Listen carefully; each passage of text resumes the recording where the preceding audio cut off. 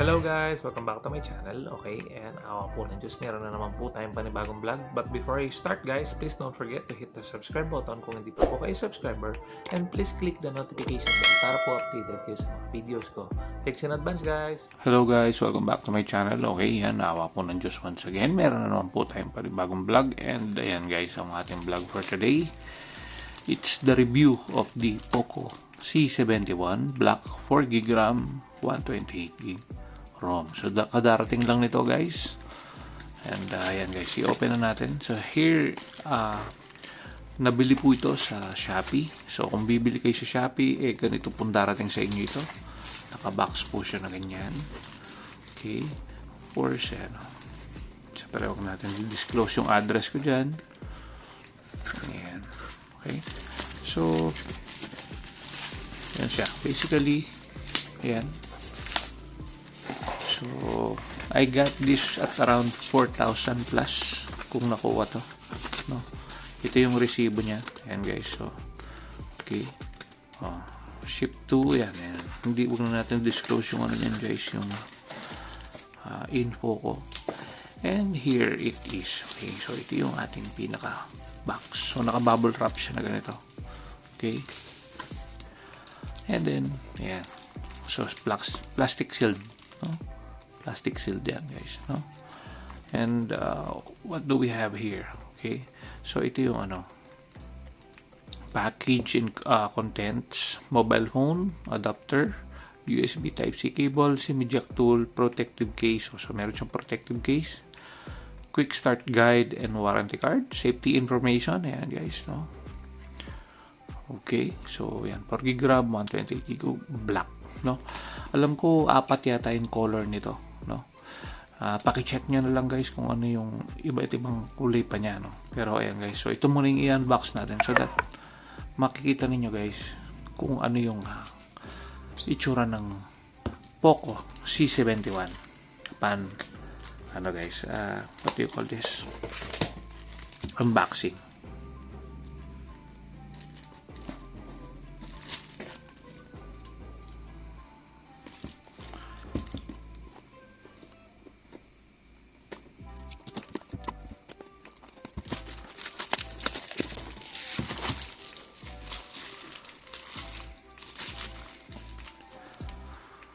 Okay.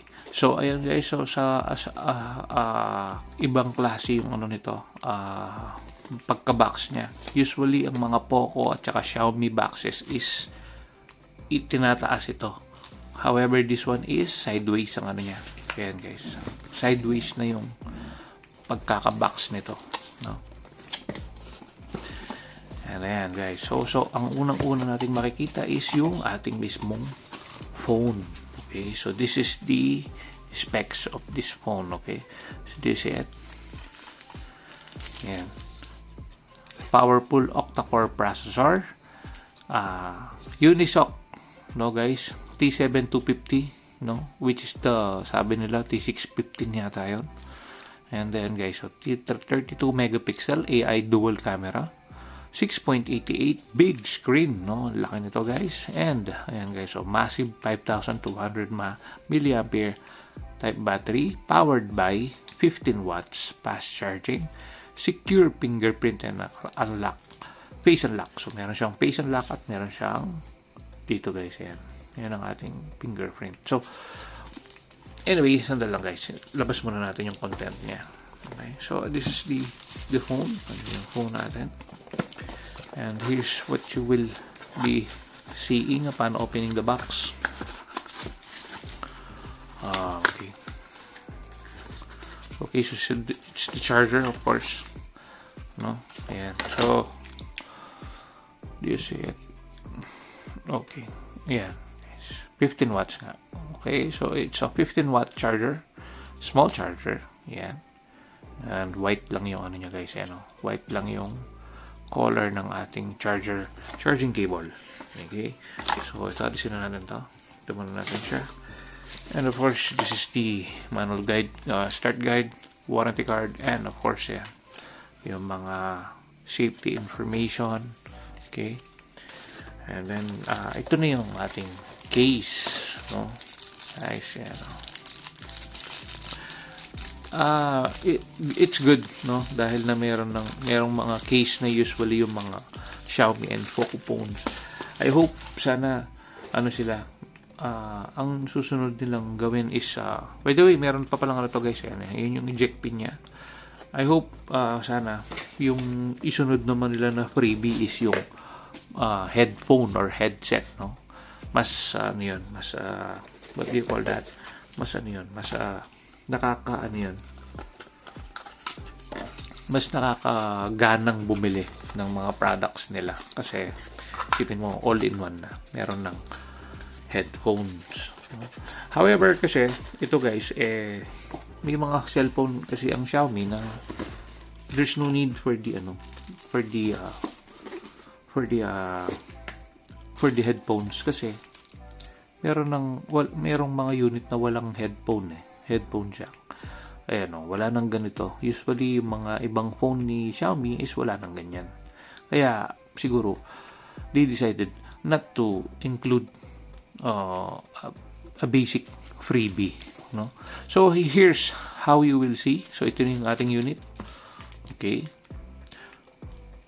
Okay, so, ito yung upper, part, which is the parang microphone ito, guys. Parang microphone or speaker something. Pero hindi, parang speaker siya. Hindi siya yung microphone na alam ko kasi ang microphone is parang ganito ang microphone. And of course, the Type-C slot. 3.5mm audio jack. Dito sa side na to is the SIM card tray. Okay. And then, guys, ito yung menu button, volume button. So, that's it. No, wala namang ganong special. And then ang itsura niya sa likod, guys, so merong parang rito, no, parang matte ito, and then this is a fingerprint magnet type na no. Pero what I have observed with this unit is hindi na siya nalalayo sa iPhone, no, kasi ganyan yung itsura ng iPhone, guys. Ayan, yung flat surface ito. Ayan, no, which is presentable, no? For how much is this one? 4,000? Ano yata to, guys, early bird price. So 4,000, alam ko nasa 5,000 plus ito, something like that. Basta nakuha ko to is less than 4,000 ko pang nakuha dahil nga early bird price, no.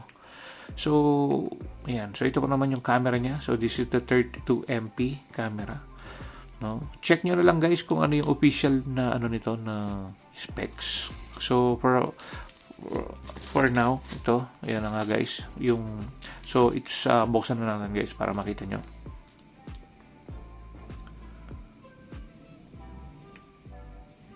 Okay, so it vibrates, no. Okay, so tanggalin muna natin to, guys, dahil ayan, so that you'll see it clearly. So here's how it's gonna look like, no. Yan. Alam ko HyperOS na rin ito, guys, and alam ko merong support ito ng up to 2 yata or 3 na version ng HyperOS, yung pinaka-smooth type na software ni Xiaomi and Poco. Okay, so skip natin yan. Okay. Skip mo na. Okay, so naiwan na natin to. Setup offline. Continue. And okay. Why is it 11 PM and 9 o'clock pa lang dito ng umaga? 9:05, of course. Okay. So yes, Manila is... Bakit March? Oh, I forgot. March 27 ang nakalagay palang date doon, May na ngayon, guys, no? So is this okay? So skip muna natin yung mga yan. Set up ko na lang yan later. Okay. Okay. Agree na muna natin yan. If I'm not mistaken, this is an full HD na yata, or hindi pa, kung hindi man, guys, is ano lang to, hindi siya AMOLED. ano lang siya, LCD lang na ano, na ngayon. So, alam ko hindi pa ito takaw AMOLED burn. So, for a budget-friendly phone, alam ko, ano pa to, hindi pa siya AMOLED. But then, we will, guys, hintayin lang natin siyang mag-load, no, yan. So, it will take around, siguro mga 2 minutes. Ayan, 1 minute, guys. Less than a minute, no. Natin siya, i-connect natin siya.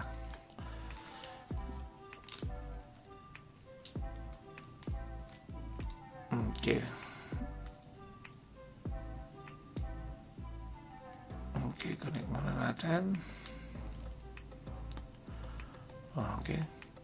Medyo meron pa siyang konting lag, no? Pero it's fine. Normal naman sa mga cellphone yan. Oh, what happened? Okay. Okay. Yeah, let's see. Okay, so yeah.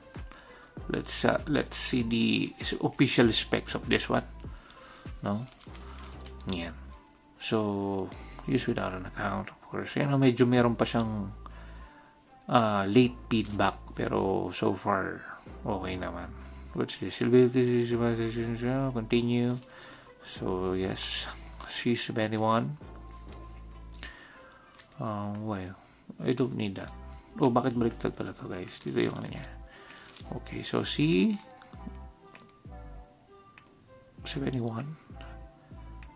Poco. Okay, so ako trusted ko, guys, is yung GSM Arena as always. Ayan, guys. So April 2025 kaka-release lang. Right now it's May 2025. So yan, guys, tama. 32 megapixel, 1080p. Ayan, full HD na siya, guys. Ayan yung sinasabi ko, Unisoc T7250, 5200 mAh. Ayan, so April 4, 2025, release April 8. Okay. So, nakuha lang natin to, guys, sa sale. So, ayan, guys, IPS LCD. Okay, so 120 Hz na to, guys, 600 nits. So, okay na yan, hindi na siya masyadong masama. So, itaas nga natin yung brightness. Okay na rin, di ba? Ako kasi, guys, hindi ko talaga tinataas masyado yung ating brightness kasi baka uminit masyado yung screen natin. Kaya, I always advise na wag natin isinasagad ang ating brightness, no? And then, guys, yung sinasabi ko, Android 15 up to 2 major Android upgrades, HyperOS, Unisoc P7250, Mali G57, MP1. Yeah, so there are 2 variants right now, which is the 3GB 64GB and the 4GB 128. However, meron pa siyang nakalagay dito na 6GB RAM 128, pero yung available lang nito sa Shopee is 4GB 128 and 3GB. Ayan, guys, so 4GB RAM lang to. So meron pa palang 6GB RAM na parating in the future. So ayan, 32 megapixel. Selfie camera is 8 megapixel. So hanggang nasaan na ba? Okay, so it doesn't, ayan, hindi pa 720 by 1640, parang hindi pa siya full HD. Okay, so hindi pa siya full HD kasi usually, to, guys, 1080 yung usually full HD nito, yung FHD. So hindi pa naman, hindi naman, not bad, I think, not bad. So yan yung basically specs niya. So yan, maybe may konting meron pa siyang konting delay, no? Pero so far wala naman ako nakikitang iba pang nito. So ang alam ko nasa na rin pala ito, guys, is nasa 270 or 250 pataas, 250 to 280,000 yung Antutu score nito, which is not bad for a basic phone, no? Ayan, guys, so 4GB RAM, 128GB na what do you call this, na cellphone, and Sandali guys, kunin na rin natin yung eject pin para ma-check natin yung SIM eject niya, SIM tray niya. Ayan. Kung interested kayo guys, ano po, sale pa rin naman to sa Shopee. So, abangan nyo sa payday sale or either sa June na yan. So, 6/6 sale or payday sale yan guys. So, ayan. So, tingnan natin yung SIM tray niya kung ilang slot, kung meron ba siyang slot for SD card. Okay, yan, ang ganda, no? Kasi you can put 2 SIM cards and you can put 1 SD card, no? Meron kasing mga ibang SIM tray si Xiaomi at si Poco na ano lang guys, yung mamaya natin balikan. Meron silang klase ng cellphone na shared lang yung lagayan ng SIM card. So it's either SIM 1 or SIM 2, tapos yung SIM 2 pang SD card lang. Well, this one is you can put 2 SIM cards and 1 SD card, which is a good thing so that you can extend your storage, no? Ayan. So, wait guys, siguro mag-download ako ng games, okay? So that you'll see kung what do you call this one? You'll see if you will we'll see if how good it is playing some games, no? Try natin si ML. Sandali lang guys, anin ko muna. So guys, this is ayan guys, so yan ang loading ng ating ML. Ayan, Montun. Okay, so para makita nyo lang kung gaano kay smooth guys, no? Ayan, so game loading. So syempre nag-iiba rin yan guys sa connection natin kung gaano kalakas ito. But for now, ayan guys, so Janet and Debbie daw. Okay, so PB Instinct na lang. Okay. And okay. So okay. Okay na yan. Okay, so I want this one, of course. Dito, gusto ko yan guys.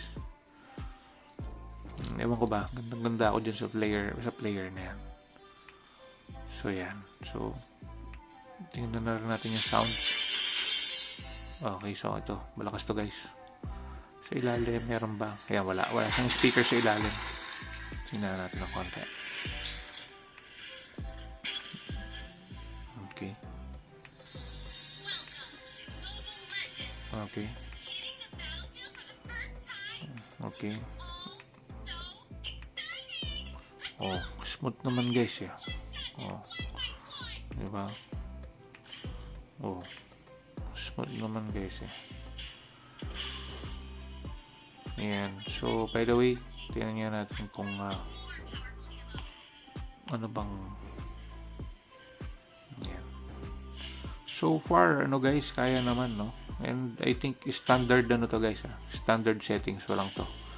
Hindi pa to I guess hindi pa ito yung high-end na settings, no? So, not bad. Totoo yung sinasabi nila na sa performance nito parang it was made for gaming, no?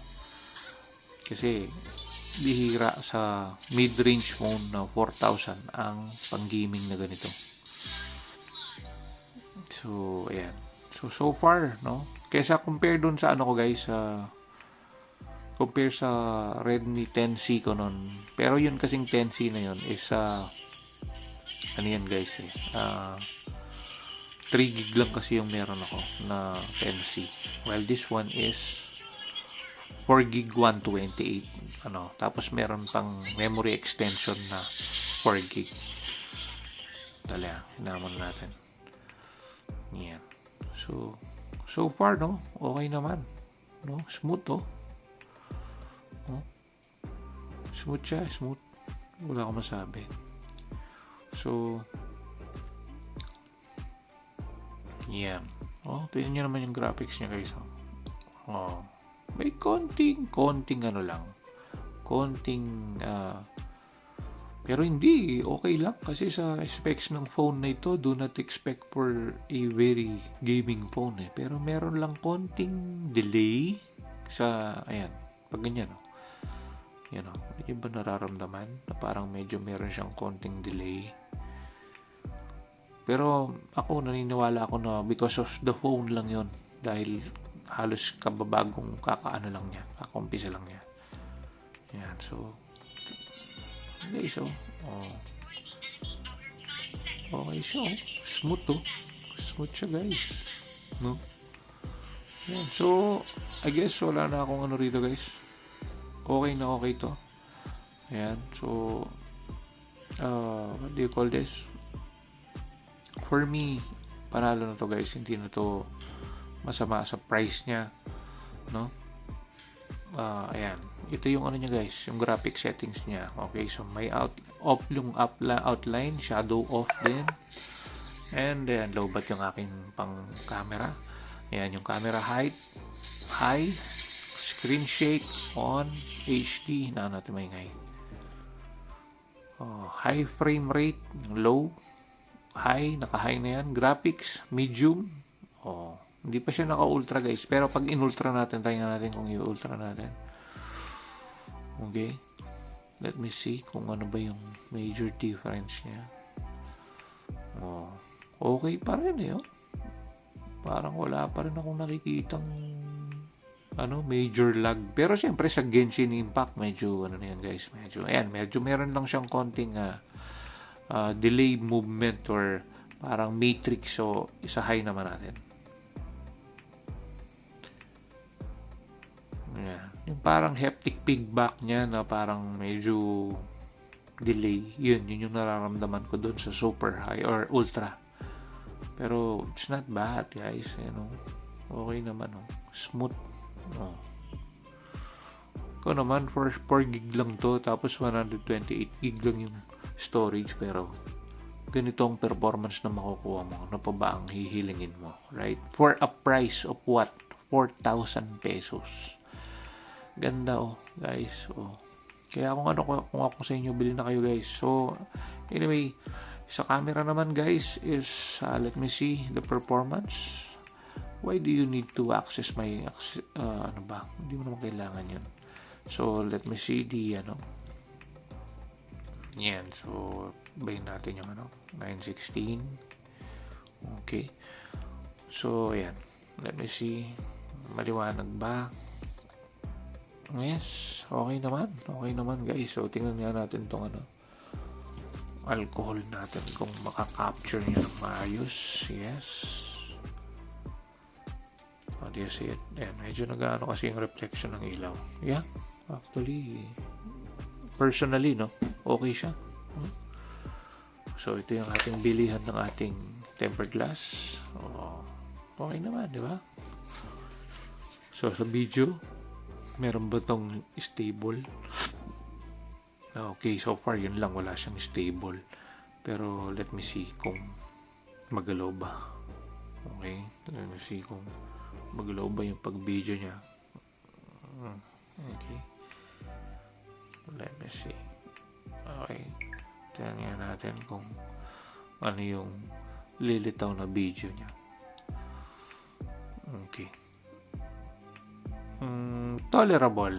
Pwede na. Hindi na siya masama. Okay, so, again, pero hindi kasi ito ginawa for camera eh.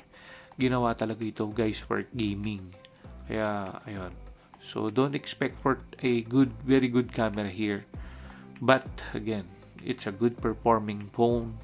And then, I think you have to get one of these, Ayan. So, sandali lang, guys. Sanin natin siya. I-focus natin para maano niya naman. So, yan. I think, yan na po, guys. Wala na po tayong ma-comment. So, kung meron kayong question, guys, yan, guys, nostalgic, Ganyan yung mga cellphone nun, And dito yung nagpaganda, kasi merong makinis dito at merong mate dito. Pero pag ginawakan mo siya, hindi, mate pa rin talaga. So, yun.